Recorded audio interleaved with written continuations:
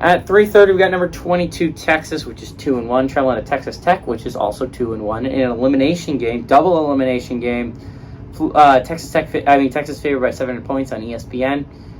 Quinn Ewers, and we're gonna get into him a little bit later on in the video. He's gone 25 of 36 early on, thrown for 359 yards, 2 touchdowns, 1 interception. He leads the team in passing yards, which is why I mentioned him. Bijan Robinson is at 51 carries for 311 yards and 5 touchdowns, and Xavier Hardley-Worthy has had 11 catches for 162 yards. Donovan Smith through the air has gone 71 of 110, thrown for 785 yards, 7 touchdowns to 5 interceptions, and has a 64.5% completion percentage. Taj Brooks on the ground has had 27 carries for 132 yards and 4 touchdowns, and Duran Bradley through the years had 14 catches for 172 yards and 2 touchdowns. Texas leads the series all time 54-17. Last 4 games have gone to Texas, ranging from 2018 to 2021. Last Texas Tech victory was in 2017. So I'll go back to why I listed Quinn Ewers. I always do the person who has the most passing yards, and I understand Quinn Ewers is not going to start, likely not going to start this football game, but I feel like it's important to mention him simply because of the progress he's made, right?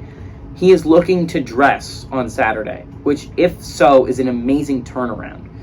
A lot of people feared that he might be out for months, maybe even possibly the whole season. The fact that he could possibly be ready to play after 2 games. Now, I'm going to be clear, I don't expect him to, right? I expect this to be Hudson Card starting this football game in the first Big 12 matchup.